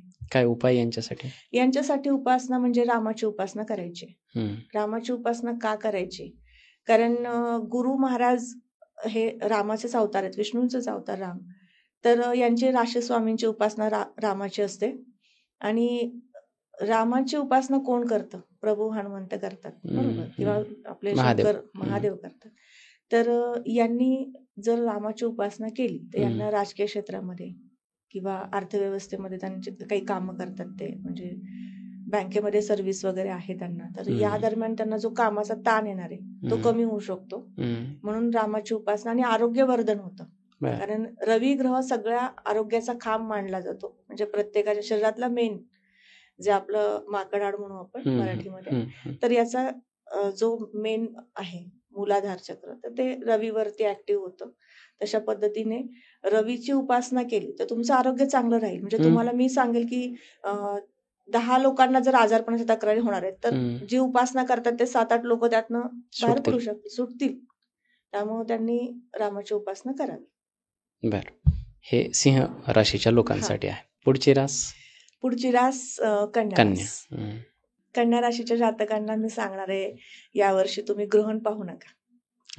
कारण ग्रहणाचे परिणाम त्यांना 3 मार्च पासून डिसेंबर पर्यंत दिसू शकतात. एक तर म्हणजे आरोग्यासाठी मन चंचल करू शकतात किंवा अस्थिर मन राहणं या वर्षात त्यांची शक्यता आहे. म्हणजे मन स्थिर नाहीये. सतत चिंता, काळजी, म्हणजे प्रत्येक व्यक्तीबद्दल ऑरल म्हणजे पूर्ण फॅमिली बाबतीत त्यांना थोडंसं जरा चिंता काळजी वाढू शकते या वर्षामध्ये. त्यामुळे त्यांनी काळजी घ्यायची आहे. त्यांच्या पत्रिकेमध्ये सप्तम भावातनं शनीचं गोचर आहे. सप्तमात शनी आला की तुम्हाला तुमच्या कार्याला न्याय देतो, तुम्हाला समाजापर्यंत घेऊन जातो. कारण शनींचं कार्य असं आहे की ज्या ठिकाणी दृष्टी देतात त्या ठिकाणचं कार्यकर्तृत्व वाढवतात. आता सप्तम भावात शनी आहेत, प्रथमाला पाहणार आहेत. मग ते प्रथम स्थान म्हणजे तुम्ही स्वतः, तुमचं व्यक्तिमत्व, इथे वाढ होणार आहे. पण तिथेच दुसरं काय देणार आहे? शनी महाराजांच्यावरनं काय पाहिलं तर नैराश्य पाहिलं जातं. मग तिथे तुम्हाला ती चिंता, म्हणून सांगितलं हे वर्ष तुम्हाला चिंताजनक जाऊ शकतं. आणि त्यातल्या त्यात चंद्राची उपासना त्यांनी करावी. व्यंकटेश स्तोत्र वाचन करावं किंवा विष्णू सहस्त्रनामाचा पाठ रोज एकदा त्यांनी करावा. त्यांचं मन स्थिर होईल, चिडचिड कमी होईल. आरोग्याच्या तक्रारी त्यांना कंबर दुखीचा त्रास, पायाला गोळे येणं, पोटऱ्यांना गोळे येणं, याही तक्रारी त्यांना या वर्षभरात दिसून येतात. त्याच्यामुळे त्यांनी स्वतःचं आरोग्य सांभाळण्यासाठी म्हणू आपण विष्णू सहस्त्रनामाचा पाठ त्यांच्यासाठी अगदी योग्य औषध मी म्हणेन असेल. त्यांनी संपूर्ण वर्षभर ते करावं. बाकी आर्थिक दृष्टिकोनातून त्यांना अतिशय शुभ आहे हे वर्ष. आणि जो वर्ग राजकीय क्षेत्रामध्ये आहे कन्या राशीचा तर त्यांना या वर्षामध्ये उच्च अधिकार पदे मिळणार आहेत. हे लिहून घ्या माझ्याकडनं, निवडून येतील. हे लिहून घ्या माझ्याकडनं. कारण अतिशय शुभ कालावधी त्यांच्यासाठी आहे. जो राजकीय क्षेत्रात कार्य करतो त्यांना हे वर्ष अतिशय शुभ आहे. राजकीय क्षेत्रात कार्य करतो आणि जो कन्या राशीचा आहे त्यांना खूप सुंदर आहे हे वर्ष. बर. आणि त्याच्या माध्यमातून मग तुम्हाला चिंता काळजी वाढणार आहे. तुम्हाला देश चालवायचा आहे, राज्य चालवायचं आहे, तुम्हाला चिंता वाटणारच ना समाजाची सगळ्या. त्याच्यामुळे तोही अर्थ होऊ शकतो इथे. त्यामुळे कन्या राशीने फक्त स्वतःचे चिंतन कमी करायचं, चिंता कमी करायची, चिंतन वाढवायचंय, नामस्मरणाकडे तुम्ही जायचंय. मग कुठल्याही विष्णूंची तुम्ही उपासना करू शकता, त्या माध्यमातून मन स्थिर होईल. बऱ्याचदा आपण सांगतो, जेव्हा विष्णू उपासना सांगतो तेव्हा प्रभू रामचंद्राची केली तरी चालत असेल का? चालत असते, पण काय होतं की आपण एक म्हणतो ना, विशिष्ट औषध विशिष्ट आजारावरती जास्त लवकर प्रभावित होतं. तशा पद्धतीने कन्या राशीला विष्णू सहस्त्रनाम आणि रामरक्षा या 2 गोष्टी वेगळ्या आहेत बघा. रामरक्षा वाचन केली तुम्ही, संकट दूर होणार आहे. विष्णू सहस्त्रनाम वाचलं, मनावरती चिंता कमी होणार आहे, मनावरती कंट्रोल येणार. त्रास आहे, विचार आहेत, आपोआप बाहेर जातील आणि तुम्ही चांगलं काम करू लागा. लेखक जो वर्ग आहे कन्या राशीचा, त्यांना तर अतिशय शुभ आहे. या दरम्यान तुमच्याकडनं खूप सुंदर लेखन होऊ शकतं. रहस्यमय एखाद्या पुस्तकाचं लेखन सुरू असेल, तो लेखक वृंद आहे आता ऐकतोय आपला पॉडकास्ट, त्यांना मी सांगते की तुम्ही खूप सुंदर लिहिणार आहात या वर्षभरामध्ये. डोक्यात काही कन्सेप्ट असेल तर लिहायला सुरुवात करा. आतापासूनच सुरुवात करू शकता. खूप छान. पुढची रास? पुढची तुळ रास. राशीपत्रिकेतील ही 7वी रास आहे. त्यामुळे ही समतोल असते. यांना दुःखात आणि सुखात दोन्ही वातावरणात ते मॅच लवकर होतात आणि स्वभावाने प्रेमळ पण असतात, तितकेच तापट पण असतात, कारण समतोल रास. तर या राशीच्या जातकांना कुंडलीतल्या दशमातनं कर्केतनं गोचर असणार आहे. तर कर्केतलं जे आपल्या गुरु महाराजांचं गोचर आहे ते कर्मनिष्ठ करणार आहे ह्यांना. म्हणजे जो वर्ग अगदी कुठलेही काम करत नाहीये, साधारणतः आता सध्या मला काहीच करायचं नाही म्हणून घरात बसलेला आहे, असाही व्यक्ती आता काम करू लागेल किंवा त्या विचारांमध्ये जाईल की मला काहीतरी केलं पाहिजे, मी करू शकतो. आत्मविश्वास त्यांना मिळणार, आळस दूर होईल, आत्मविश्वास मिळणार आहे सगळ्यात मोठा. त्यांना चांगलं फळ मिळू शकतं. आणि त्यांच्या कुंडलीच्या प्रमाणे जर बघितलं तर राहू आणि केतू हे 2 ग्रह त्यांना अध्यात्माकडे पण घेऊन जाणार आहेत. म्हणजे त्यांच्यामध्ये आध्यात्मिक वृत्ती वाढेल, अध्यात्माकडे ते स्वीकारतील अध्यात्माला. म्हणजे कुठली गोष्ट आपण स्वीकारली पाहिजे ना, केली पाहिजे स्वतःहून. आणि 6ष्ठ भावामध्ये ज्यावेळेस शनी आहेत त्यांच्या कुंडलीमध्ये तुळ राशीच्या, मेष रास सप्तमात येते, 6ष्ठामध्ये शनी महाराजांचं गोचर आहे मीनेमधनं. तर ते त्यांना काय करेल की सत्ता अधिकार देईल. रिअल इस्टेटमध्ये जो वर्ग काम करतो त्यांना मी सांगेल, तुम्हाला या वर्षभरामध्ये साधारणतः फेब्रुवारीपासून सुरू होईल त्यांचा चांगला काळ. खूप मोठ्या प्रमाणात तुम्ही काम करू शकणार आहात. पैसा, प्रसिद्धी आणि त्या माध्यमातून चांगली नवीन कामं केल्यामुळे जो मिळणारं समाधान आहे ते त्यांना मिळू शकतं. प्रसिद्धीच्या दृष्टीने त्यांना चांगला कालावधी आहे. प्रसिद्धी सुद्धा कुठल्याही क्षेत्रामध्ये, फक्त रिअल इस्टेट? रिअल इस्टेटमध्ये तर आहेच आहे, पण कुठल्याही क्षेत्रामध्ये, म्हणजे अगदी कला क्षेत्र म्हणू आपण किंवा शिक्षक वृंद आहेत त्यांच्यासाठी पण अगदी सुंदर कालावधी आहे. सोशल मीडियासाठी सुद्धा सोशल मीडियासाठी तर सोने पे सुहागा. अतिशय शुभ कालावधी तुमच्या सगळ्यांसाठी आहे. नक्की चांगलं काम यावर्षी होणार. समतोल रास आहे, बॅलन्स होणार आहे, सगळ्या गोष्टी तुम्ही बॅलन्स करू शकणार आहात. आता अति काम आल्यानंतर तुम्हाला काय करायला लागतं? कामाचं नियोजन. बरोबर. इथे 6व्या घरातले शनी तुम्हाला नियोजनाकडे घेऊन जातील, नियोजन करून देतील. प्रत्येक कामाचं नियोजन कसं केलं पाहिजे हे शिकवतील. नियोजनबद्धता आहे. पंचमात राहू आहे, पंचमातला राहू ऍक्टिव्ह करेल, चांगलं काम तुमच्याकडनं करून घेईल. शिक्षण क्षेत्रामध्ये तुम्हाला प्रगती देईल. वैद्यकीय क्षेत्रामध्ये काम करणाऱ्या वर्गाला पण चांगलं काम आहे या वर्षभरामध्ये. आर्थिक स्थिती त्यांची खूप छान राहणार आहे संपूर्ण तुळ राशीची. काय उपाय वगैरे देऊ शकतो यांना? उपाय करायचे आहेत तर यांनी फक्त समाजातील प्रत्येक स्त्री वर्गाला, म्हणजे कुठल्याही स्त्रीला सन्मान द्यायचा आहे. हा एक उपाय मी म्हणेल. प्रत्येकानेच दिला पाहिजे, प्रत्येकाने दिला पाहिजे. पण या व्यक्तींनी का द्यायचा? कारण या वेळेस त्यांच्याकडे पंचमातला राहू ना थोडंसं अपमानास्पद वागणूक द्यायला प्रवृत्त करतो.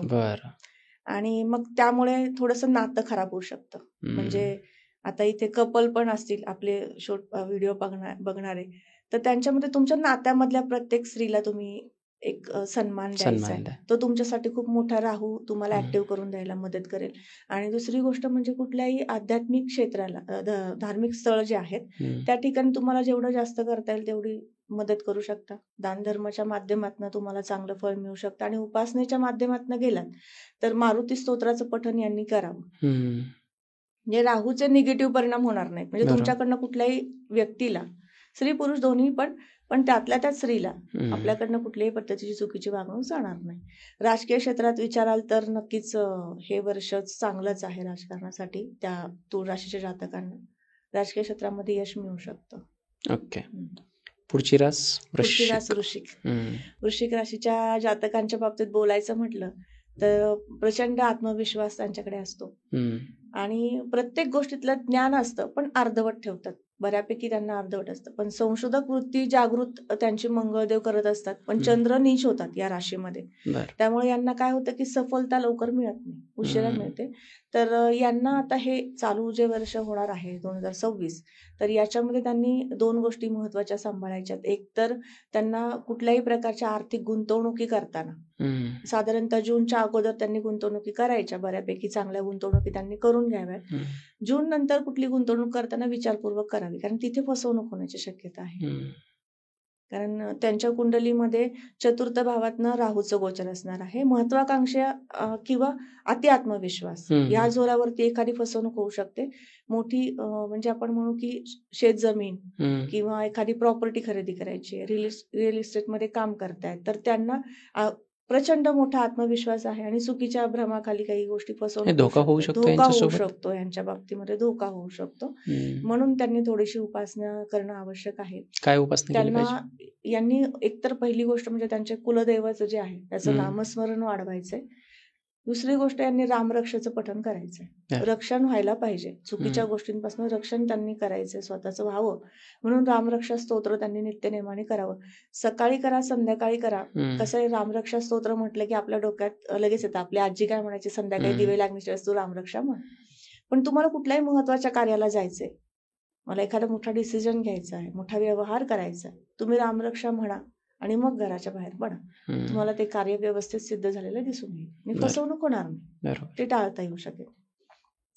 आरोग्यासाठी यांना हे वर्ष संमिश्र आहे. म्हणजे थोड्याफार प्रमाणात तब्येतीच्या किरकोळ तक्रारी राहतील. मेजर काही मोठं काही दाखवत नाहीये, त्रास नाहीये, पण किरकोळ प्रमाणात आजारपणाचे त्रास राहू शकतो यांना. त्यामध्ये मायग्रेनचा त्रास ज्यांना आहे त्यांना सांगेल की तुम्हाला जानेवारी ते मार्च या दरम्यान थोडासा त्रास वाढू शकतो. त्या दरम्यान तुम्ही तुमच्या स्वतःच्या आरोग्याची काळजी विशेष घ्यावी.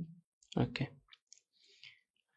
पुढची रास धनुराशीच्या जातकांना सांगेल की तुमची रास ही अशी आहे की प्रसिद्धी, कीर्ती तुम्हाला मिळते. म्हणजे जितके धनुराशीचे जातक माझ्याकडनं आतापर्यंत पत्रिका पाहून गेलेले आहेत, तर त्यांच्या माध्यमातून मी सांगेल की अतिशय हुशार रास आहे. गुरुदत्तांची रास आहे, गुरुदत्त महाराजांचीच ही रास आहे.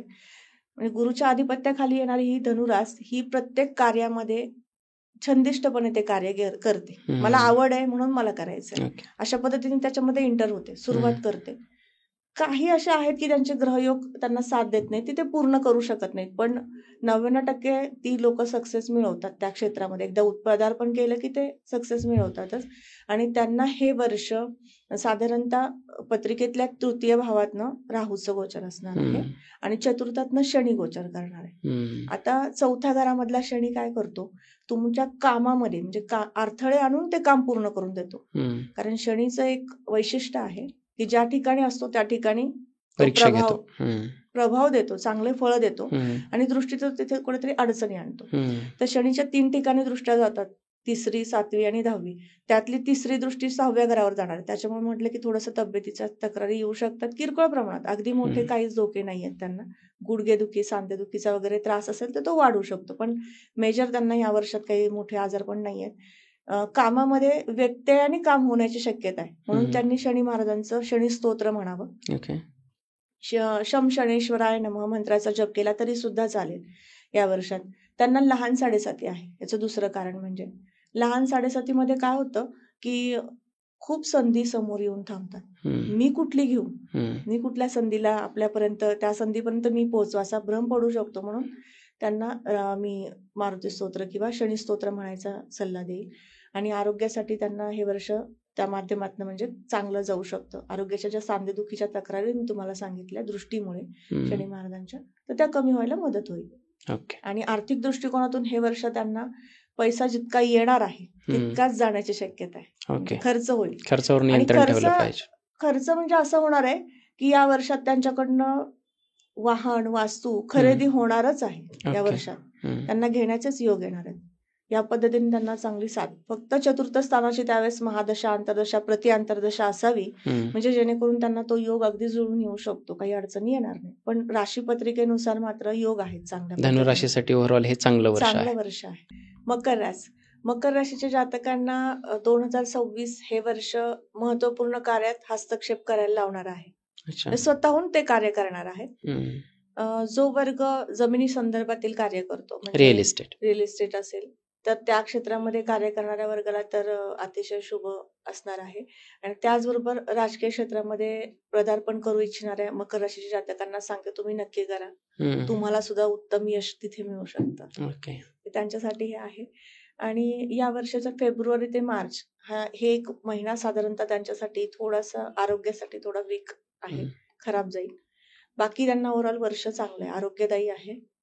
आणि जुने एखादे आजार जे आहेत, म्हणजे सांधेदुखी, संधिवात वगैरे असे काही आजार असतील तर त्या जातकांना सांगेल मी, या दरम्यान तुम्हाला त्रास होऊ शकतो. तर तेव्हा तुम्ही काळजी घ्यायची विशेष आरोग्याची. बाकी बँक क्षेत्रामध्ये नोकरी करणारा वर्ग, गव्हर्नमेंट खात्यात नोकरी करणारा, मंत्रालयात नोकरी करणारा वर्ग जो आहे, म्हणजे यांच्यासाठी अतिशय उत्तम कालावधी आहे. किंवा नोकरी तुम्ही शोधताय त्या संदर्भातले, बँकेत किंवा अशा पद्धतीने, किंवा काही मुलं याच्या संदर्भातले परीक्षा देत आहेत, तर त्यांच्यासाठी सुद्धा अतिशय उत्तम कालावधी आहे. तर शिक्षण क्षेत्रामध्ये, म्हणजे शिक्षण घेणारा वर्ग, अगदी बालवर्ग असू दे किंवा युवा वर्ग, यांच्यासाठी हे वर्ष एक महत्वपूर्ण आहे. डिसिजन घेतील, चांगल्या पद्धतीने अभ्यास करतील, कार्यक्षम दिसणार आहेत अभ्यासामध्ये वगैरे. त्यामुळे म्हटलं की हे वर्ष त्यांच्यासाठी कार्यक्षम आहे. स्वतः करून बघायचंय. ओके.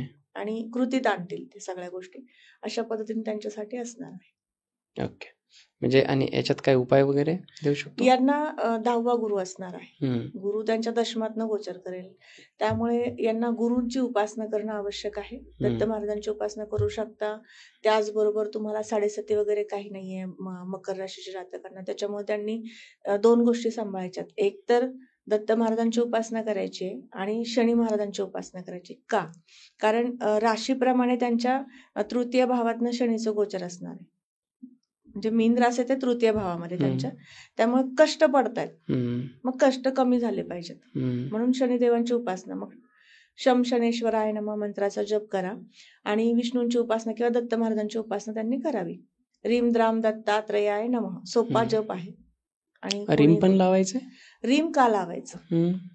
जसं आपण श्री म्हटल्यानंतर जेवढी ताकद तयार होते आणि श्रीम म्हटल्यानंतर जेवढी ताकद तयार होते, म्हणजे श्री शक्तीचं केंद्रबिंदू, केंद्रस्थान म्हणजे श्रीम.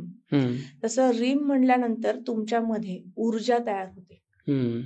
रीम म्हणजे कार्याची सुरुवात. ओके. तुम्ही कुठलेही कार्य करताना रीम म्हणून सुरुवात करा. तुम्हाला खूप मोठ्या प्रमाणावर तुम्ही ते कार्य करू शकता किंवा ती एनर्जी तुम्ही स्वतःमध्ये घेऊ शकता. अध्यात्मामध्ये रीम या शब्दाला फार मोठं महत्व आहे. म्हणजे आपण फक्त श्री महालक्ष्मी देवे नमः म्हणतो, तर त्यातनं तुम्हाला मिळणारं जे फळ आहे त्याचं चौपट फळ तुम्हाला मिळवायचं असेल तर तुम्ही श्री महालक्ष्मी म्हणण्यापेक्षा रीम महालक्ष्मी देवे नमः म्हणा. तुम्हाला ती ऊर्जा स्वतः तयार करता येते. कारण रीम म्हणताना तुम्ही जो श्वास घेता किंवा जी ऊर्जा तयार करता स्वतःमध्ये, तर ती खूप मोठ्या प्रमाणावर असते. त्याच्यामुळे मी जे काही जप उपासना सांगते आता, तर त्यामध्ये तुम्हाला प्रामुख्याने लक्षात आलं असेल आतापर्यंत की मी रीम म्हणतीये. कारण तुम्हाला मोठ्या प्रमाणात ती उपासना करायची आहे आणि त्याची संख्या कमी ठेवायची. ओके. जप 108 वेळाच करायचा आहे, पण त्याचा उपयोग आपल्याला 1001 वेळा किंवा 1008 वेळा म्हटल्यासारखा व्हावा, म्हणून आपण रीम म्हणावं. ओके. आणि रीम हा स्त्री पुरुष दोन्ही वर्गाने म्हटलेला चालतो. म्हणजे असं काही नाहीये की स्त्रियांनी रीम म्हणू नये किंवा लहान मुलांना ते जमणार नाही, उच्चार व्यवस्थित होणार नाही, असं नाहीये. सोपा शब्द आहे. त्यामुळे रीम दत्तात्रयाय नमः, रीम द्राम दत्तात्रयाय नमः म्हटलं तर आणखीन ऊर्जा मिळते. नाही जमलं, मधला शब्द नाही म्हटला तरी रीम दत्तात्रयाय नमः म्हटला तरी चालेल. दत्त महाराजांची सेवा करा, म्हणजे कर्मनिष्ठ व्हाल, चांगलं काम होईल तुमच्याकडनं. वैद्यकीय क्षेत्रामध्ये चांगलं काम होऊ शकतं, सेवाभावी वृत्ती वाढेल, त्या माध्यमातून चांगलं काम होणार आहे यावर्षी. त्यामुळे राजकीय क्षेत्रामध्ये, सामाजिक क्षेत्रामध्ये कार्य करणाऱ्या वर्गाला उत्तुंग चांगलं यश मिळणार आहे. प्रत्येक व्यक्तीपर्यंत तुम्ही पोहोचू शकणार आहात. तुमचं जे काही हे आहे, काम आहे, कार्य आहे, त्यांच्यापर्यंत पोहोचवण्यासाठी सुद्धा याचा म्हणजे उपयोग होऊ शकतो. आणि बाकी यांना उपासनेच्या माध्यमातून हेच असेल. आणि आरोग्याच्या बाबतीमध्ये सांधेदुखीचा त्रास थोडासा संभवतो, जाणीव. त्यामुळे थोडंसं काळजी घ्यायची.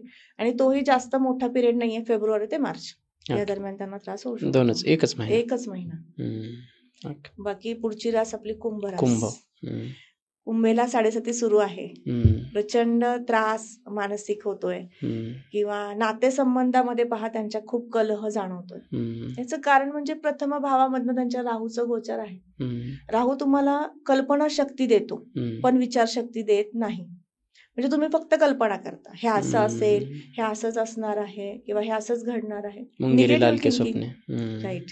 निगेटिव्ह थिंकिंग खूप वाढतात ज्यावेळेस लग्नी राहू येतो.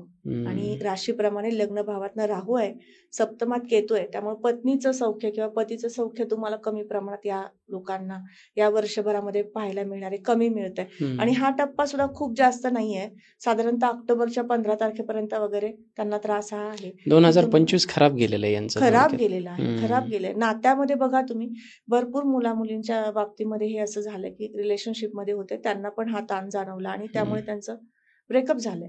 आणि नातेसंबंधामध्ये डिवोर्स पण, म्हणजे बरेचसे माझ्याकडे पत्रिका पाहायला येतात, त्यांच्यामध्ये कुंभ राशीच्या जातकांचे डिवोर्स जास्त झालेत.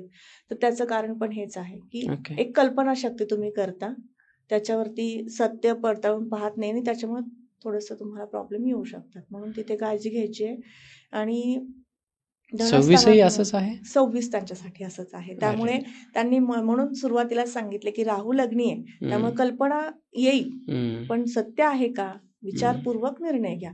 कारण प्रतिभावान, बुद्धिवान म्हणून ओळखली जाणारी कुंभ रास आहे, पण शनी गुरुच्या राशीतनं गोचर करतोय आणि धनातनं गोचर करतोय, त्यामुळे कुटुंबाचं सौख्य मिळत नाहीये त्या लोकांना. कुटुंबामध्ये जो एकोपा हवा आहे किंवा एक प्रमुख व्यक्ती, गृहस्वामी म्हणून तुम्ही जर कुटुंबामध्ये आहात, तर तुमच्याकडनं जे सगळ्या लोकांना दिलं गेलं पाहिजे नातं सुधारण्यासाठी किंवा एकत्र आणलं गेलं पाहिजे, ते होत नाहीये. त्यामुळे पण काही कुटुंब डिस्टर्ब आहे.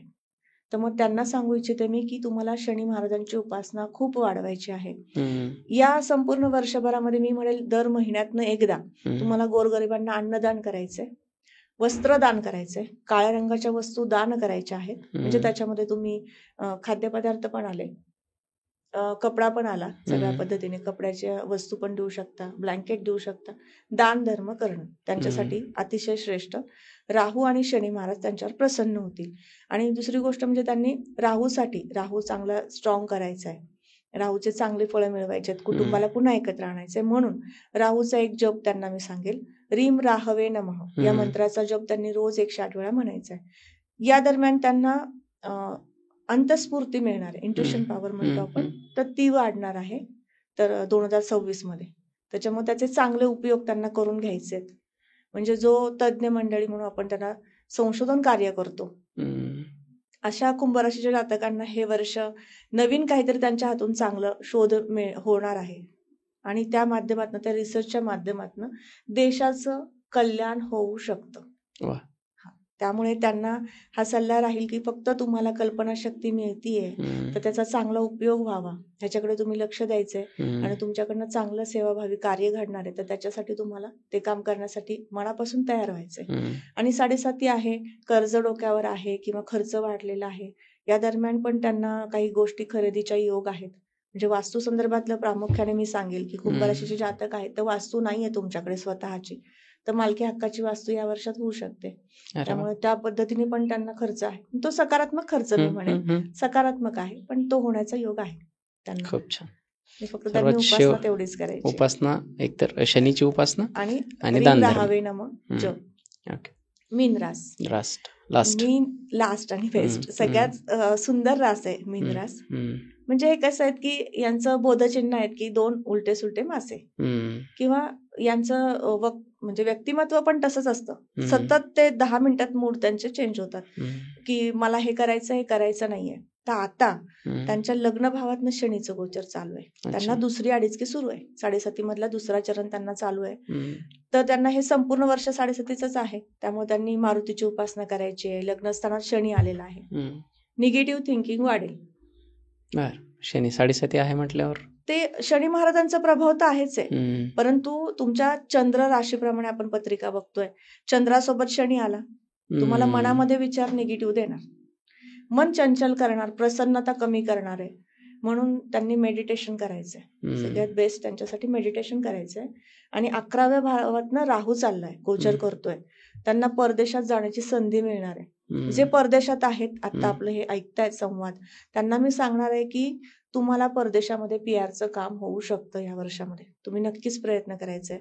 परदेशात तुम्हाला PR चं काम झालेलं दिसणार आहे या वर्षभरात. MNC कंपनीमध्ये जॉबसाठी ट्राय करणाऱ्या वर्गाला सुद्धा जॉब मिळू शकतो. अशा पद्धतीने सुंदर आहे. तुमची मीन रास आहे आणि त्या पद्धतीने जर तुम्ही या सगळ्या, आता मी उपासना तुम्हाला देणार आहे, ती उपासना जर केली तर त्या माध्यमातून तर अगदीच चांगलं फळ मिळू शकतं. त्यातलं दुसरी गोष्ट म्हणजे मीनवाल्यांना भय निर्माण होतं, लवकर घाबरतात ते जास्त. म्हणजे काहीतरी प्रसंग आला तर त्या प्रसंगामध्ये ज्यांच्या पत्रिकेत मंगळ चांगला आहे, रवी चांगला आहे, त्यांना हा नाहीये. पण मीन जातकांच्या बाबतीमध्ये एक वाक्य आहे आमच्या ज्योतिषशास्त्रामध्ये की मीन रास ही भित्री रास आहे. तर या दरम्यान भय सुद्धा वाढू शकतं. विशेष जलाचं आणि अग्नीचं भय यांना निर्माण होईल. त्यामुळे त्यांनी मनशांतीकडे जाणं आवश्यक आहे. मनशांती कधी मिळेल? तुम्ही मेडिटेशन केलं तर. त्यामुळे मेडिटेशनचा पर्याय निवडायचा आहे. आणि या संपूर्ण वर्षभराच्या कालावधीमध्ये त्यांनी शम शनेश्वराय नमः या मंत्राचा जप करायचा आहे आणि गुरुदत्तांचं नामस्मरण करायचं, कारण त्यांचे ते दत्त महाराज हे त्यांच्या राशीस्वामी आहेत. त्यामुळे दत्त महाराजांचं नामस्मरण करायचं. एवढ्या 2 गोष्टी त्यांनी केल्या. आणि 7:30 जात आहेत तर मारुती स्तोत्र किंवा शनी स्तोत्र पठणात ठेवायचं. शनी स्तोत्र थोडंसं अवघड वाटतं म्हणायला, त्यामुळे मी मारुती स्तोत्राची उपासना त्यांना सुचवेल. ती सोपी आहे आणि किंवा शम शनेश्वराय नमः हा मंत्र पण अगदी सोपा मंत्र आहे, तो करू शकता. यांनी शनी मंदिरामध्ये दान धर्म करायचा जास्त त्यांच्याकडनं झाला पाहिजे. शनीच्या आधिपत्याखाली गोरगरीब जनता येते, म्हणजे अगदी सफाई कर्मचारी वर्ग येतो.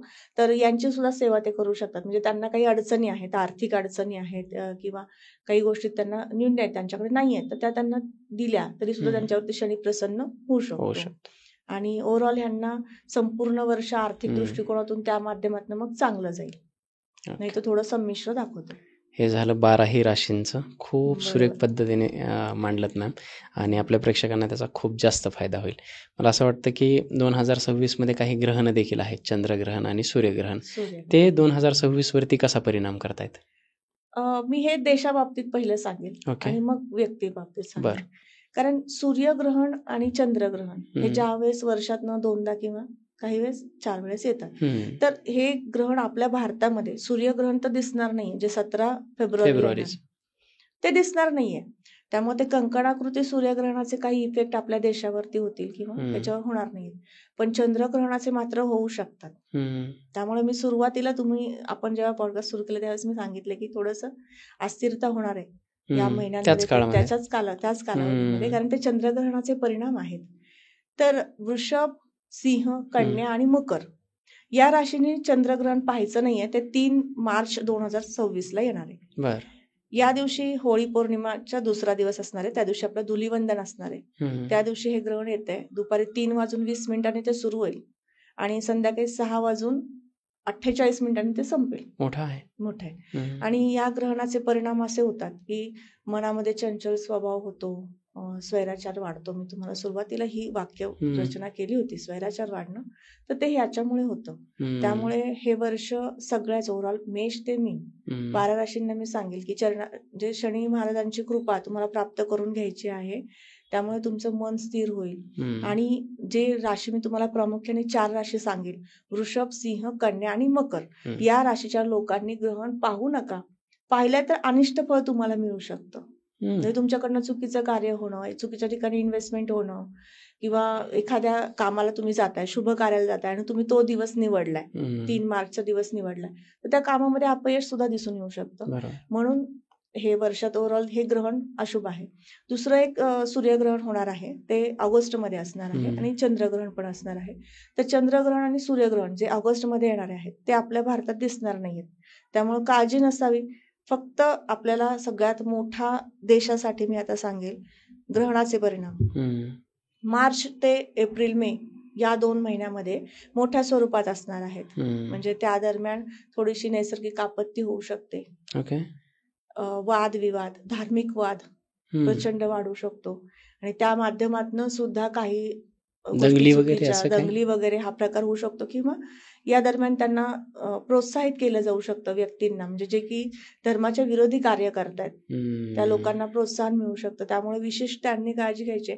आपण सर्वसामान्य प्रत्येक व्यक्तींनी या दरम्यान धार्मिक आचरण करणं किंवा धर्माशी शास्त्राशी निगडित काही कार्य करणं या गोष्टी सांभाळायच्यात, म्हणजे तुम्ही या सगळ्या वाईट कृत्यांपर्यंत जाणार नाही. धर्मामध्ये शांतता आपल्याला सांगितलेली आहे. आपला हिंदू धर्म शांतप्रिय आहे. शांतीकडे आपण जायचंय. मनशांती कशी मिळेल, चांगलं काम कसं होईल याकडे जास्तीत जास्त लक्ष द्यायचंय. खूप छान. धोंड्याचा महिना यावर्षी आहे जावयांसाठी चांगला. जावयांसाठी चांगला. आणि तो धोंड्याचा महिना ज्येष्ठ महिन्यात येतोय. पुरुषोत्तम मास याला म्हटलं जातं. त्यामुळे विष्णूचे उपासक जे आहेत, अर्थात दत्त महाराजांचे उपासक तुम्हीही आहात, त्यामुळे तुमच्यासाठी या ज्येष्ठ महिन्यामध्ये खूप संधीचा काळ आहे तुमच्याकडे. म्हणजे आपला तो 18 मे ते जून हा जो कालावधी असणार आहे 1 महिन्याचा, तर यामध्ये तुमच्याकडनं खूप चांगलं कार्य होऊ शकतं. कार्याची गती वाढू शकते. मेष ते मीन 12ही राशींना या दरम्यान खूप चांगलं काम करायची संधी येऊ शकते. पुरुषोत्तम मासामध्ये केलेलं कार्य शुभ घडतं. अशुभ याला म्हणायचं नाही, कारण या धोंड्याच्या महिन्यामध्ये नवीन एक अधिक महिना आहे ना, त्यामुळे तुम्ही अधिक काहीतरी चांगलं काम करणार आहे. या दरम्यान तुमचे आर्थिक नियोजन वाढण्यास सुरुवात होणार आहे. जसं आपण पाहिलं की 2 जून नंतर अर्थव्यवस्थेमध्ये पण सुधारणा येणार आहे. तो कालावधी सुरू कधी होतोय, तर 18 मे पासून. म्हणजे धोंड्याचा महिना श्रेष्ठ सर्व जातकांना राहणार आहे. फक्त या धोंड्याच्या महिन्यामध्ये तुम्ही रोज सकाळी किंवा संध्याकाळच्या वेळेमध्ये विष्णूंचं स्मरण करायचं आहे. दत्त महाराजांचं नामस्मरण करू शकता, विष्णूंचं नामस्मरण करू शकता. ह्रीं व्यंकटेशाय नमः या मंत्राचा जप करायचा आहे. आणि या दरम्यान आपण संपूर्ण 12 राशींसाठी मी सांगेन की कुठली उपासना केली पाहिजे. संपूर्ण सगळ्यांना ज्याला माहितीच नाही माझी रास कुठली आहे, पण माझं नाव म आहे, स अक्षरावरून आहे आणि मला कुठली तरी उपासना करायची, तर ओव्हरऑल सगळ्यांसाठी मी उपासना सांगेल. या संपूर्ण वर्षभराच्या कालावधीमध्ये हे जे न्यूमरोलॉजी प्रमाणे तुमच्या हे रवीचं वर्ष येईल, पण ऍस्ट्रोलॉजी प्रमाणे हे रौद्र नाम संवत्सरी सुरू होणार आहे, जे 19 मार्च 2026 पासून सुरू होईल. तर रौद्र नाम संवत्सरामध्ये पराभव नाम संवत्सरी त्याच्यामध्ये येतं. तर या दरम्यान ज्या काही नैसर्गिक आपत्ती घडणार आहेत किंवा काही गोष्टी चुकीच्या घडू शकतात, तर यांना यापासून आपल्याला बचाव करायचा आहे. प्रत्येक व्यक्तीचा आपल्या माध्यमातून व्हावा म्हणून प्रत्येक व्यक्तीने या संपूर्ण वर्षभराच्या कालावधीमध्ये हृदयादित्य स्तोत्र श्रवण करावं. सूर्याला अर्घ्य देण्यास सुरुवात करावी. संपूर्ण वर्षभर प्रत्येक व्यक्तीने सूर्यास अर्घ्य द्यायचं, सोपा उपाय आहे. आणि ह्रीं सूर्याय नमः मंत्राचा जप करायचा. ही उपासना सगळ्यांसाठी असणार आहे, प्रत्येकासाठी. खूप छान. काय होतं की आता आपण पाहिलं आपल्या हे आत्ता जे या पृथ्वी तलावर किंवा आता महाराष्ट्रात भारतात आहेत लोक, त्यांच्यासाठी हे वर्ष कसं जाणार आहे आपण पाहिलं. जी अपत्य 2026 मध्ये जन्माला येणार आहेत त्यांच्याविषयी काय? त्यांच्याविषयी सांगू इच्छिते की यांना जून नंतर ज्यांचा जन्म होतोय त्यांचा कर्क राशीतला गुरु त्यांना ज्ञान प्राप्त करून देईल, परंतु त्या अगोदर ज्यांचा जन्म होतोय जून अगोदर, जानेवारी ते जून या दरम्यान, तर त्यांचा मिथुनाचा गुरु असणार आहे आणि जो वक्री अवस्थेत असणार आहे. तर या व्यक्तींना थोडंसं ज्ञानाच्या बाबतीमध्ये म्हणजे अभ्यासासाठी थोडंसं यांना हे जन्म झालेलं मूल जे आहे ते थोडंसं अभ्यासात मागे येऊ शकतं. पण जून नंतर ज्यांचे जन्म असतील ते थोडेसे शार्प असतील अभ्यासामध्ये, प्रत्येक गोष्ट स्वतःहून करतील, बौद्धिक क्षमता त्यांची अतिशय शुभ असू शकते आणि त्यांच्यावरती परिणाम राहूचा होणार आहे. त्यामुळे मोबाईल, इंटरनेट या सगळ्या गोष्टींची खूप आवड असणारं ते पुढे जाऊन ते व्यक्तिमत्व असू शकतं. आणि आरोग्याच्या बाबतीमध्ये त्यांना थोडंसं सांभाळावं लागणार आहे. म्हणजे हे वर्ष त्यांना थोडंसं दुखणे बाणे राहू शकतात, किरकोळ प्रमाणामध्ये तब्येतीच्या तक्रारी राहू शकतात. अर्थात कसं आहे की प्रत्येक व्यक्तीचं जे व्यक्तिमत्व आपण ठरवतो, त्याच्या जीवनातले आजारपण, त्याच्या जीवनातले संकट पाहतो की त्याच्या जन्मलग्न कुंडलीनुसार ठरतात, राशी कुंडलीनुसार नाही. त्यामुळे खूप मोठ्या प्रमाणातलं काय आजारपण येईल हे आपण आता नाही सांगू शकत, कारण त्याला त्याची जन्मलग्न कुंडली महत्वाची. पण राशीप्रमाणे थोडंसं कुरबुडे राहतील, म्हणजे ते बाळ सातत्याने आजारी नाही, पण महिन्यातनं एखाद्या वेळेस त्याला काहीतरी सर्दी, खोकला, ताप, काहीतरी आजार पण राहू शकतं. ओके, तशा पद्धतीने प्लॅन करा तुमचे अपत्य पुढचे. ओके, खूप छान, खूप छान. म्हणजे आता बोलण्यासारखं खूप आहे, परंतु वेळेचं देखील बंधन आहे आपल्याला. आपण फार मोठं ही चर्चा चालवू शकत नाही, त्यामुळे मला वाटतं आजच्या पुरतं थांबूयात आणि प्रेक्षकांनाच आपण विचारत की तुम्हाला हा पॉडकास्ट कसा वाटला. सुरुवातीला इंट्रो देतानाच मी सांगितलं की हा पॉडकास्ट आपण करतोय कशासाठी, तर आपण 2026मध्ये जेव्हा एंट्री करतोय तेव्हा एक थोडक्यात एक सूचक पाट्या आपल्यासमोर असल्या पाहिजेत की कुठे जायचं, कसं जायचं, कुठे थांबायचं, किती स्पीडने जायचं, आणि अगदीच काही असेल तर त्याच्यासाठी उपाय मॅमने दिलेलेच आहेत. मॅमने काही उपाय दिलेले आहेत, म्हणजे विष्णू सहस्त्रनाम सारखे. मॅम आपण मध्ये इंटरव्ह्यूमध्ये हे पाहिलं की विष्णू सहस्त्रनाम अवघड आहे बोलण्यासाठी, तर ते ऐकलं तरी चालतं? नक्कीच. विष्णू सहस्रनाम नाही म्हटलं तरी श्रवणाने सुद्धा सेवा होते. ओके. कुठलंही स्तोत्र जे तुम्हाला म्हणता येत नाहीये, बोली भाषेतलं नाहीये, कारण आता पॉडकास्ट ऐकणारा प्रत्येक धर्मातला व्यक्ती आहे, त्याला ते श्रवण केलेलं चालेल. कारण प्रत्येक हिंदू संस्कृतीमध्ये ज्याचा जन्म झालेला मराठी व्यक्तीला ते म्हणता येईल. त्याची फलश्रुती तेवढीच आहे. फलश्रुती तेवढीच मिळते. जो म्हणणार आहे त्यालाही तेवढंच फळ मिळणार आहे, श्रवणाला जे मिळणार आहे तेवढंच. त्याच्यामुळे चालू शकतं. त्या पद्धतीने उपाय देखील मॅमने प्रत्येक राशीसाठी वेगवेगळे सांगितलेत, ग्रहणासाठी वेगवेगळे सांगितलेत, अपत्याबद्दल देखील सांगितलं, प्रत्येक सेक्टरमध्ये हे 2026 वर्ष कसं जाणार आहे हे देखील सांगितलं. अत्यंत सुंदर सुदिंग अशा पद्धतीचा हा पॉडकास्ट झालेला आहे. तुम्हाला कसा वाटला ते सांगा.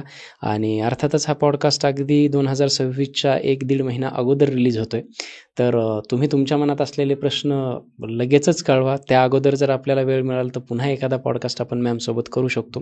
तुमच्या मनात जेही प्रश्न येतील, काही सूचना असतील, त्या आम्हाला कमेंटच्या माध्यमातून कळवत जा. आणि महत्त्वाचं म्हणजे आपण हा मंच जो सुरू केला तो संवादातून उत्थान करण्यासाठी आहे. तर तुम्हाला जी काही माहिती आवडली आणि जर तुम्हाला असं वाटलं की ही माहिती अत्यंत महत्त्वपूर्ण आहे तर ती पुढे शेअरसुद्धा केली पाहिजे आणि इतरांचं देखील कल्याण केलं पाहिजे असं मला वाटतं. बाकी हा मॅमसोबतचा पहिला पॉडकास्ट होता आणि जी चर्चा झाली त्याच्यातून मला जे इंट्युजन्स येत आहेत असे अनेक पॉडकास्ट मॅमसोबत इथून पुढे देखील आपल्या मंचावरती होणार आहेत आणि तुमच्या सर्वांच्या लाईफमध्ये काही ना काही व्हॅल्यू ॲड करत राहू. तुम्ही देखील असाच सपोर्ट आम्हाला करत जा. मॅम कसं वाटलं तुम्हाला इथे येऊन? खूप छान वाटलं. तुमच्यासोबत संवाद साधून छान वाटलं आणि प्रेक्षकांसोबत मला माझी जी माहिती होती, जे मी अनालिसिस केलं होतं जानेवारी ते डिसेंबरचं राशीफळ, ते सगळ्यात प्रथम माझ्या चॅनलवरती पाठवण्याच्या अगोदर तुमच्या चॅनलवरनं ते पोहोचतंय सगळ्यांपर्यंत. त्याचा आनंद वाटतोय आणि असेच नवीन नवीन आपण विषय घेऊन नक्कीच चर्चा करूयात भविष्यामध्ये. आणि त्यात सगळ्यात महत्त्वाचा जो विषय आहे रिलेशनशिप, विवाह संस्था जी काही आता थोडीशी डगमगती होतीये, मुलांच्या मनामध्ये काही संभ्रम आहेत, तर त्याविषयी नक्कीच आपण पुढे बोलूयात. आणि ही तुमची एक्सपर्टीज आहे असं मला वाटतंय आणि त्याच्यावरती नक्कीच येत्या काळामध्ये आपण बोलूयात. तोपर्यंत थांबूयात. सर्वांना खूप खूप थँक्यू. थँक्यू मनापासून थँक्यू. श्री स्वामी समर्थ. श्री स्वामी समर्थ. रामकृष्ण हरी. श्री गुरुदेव.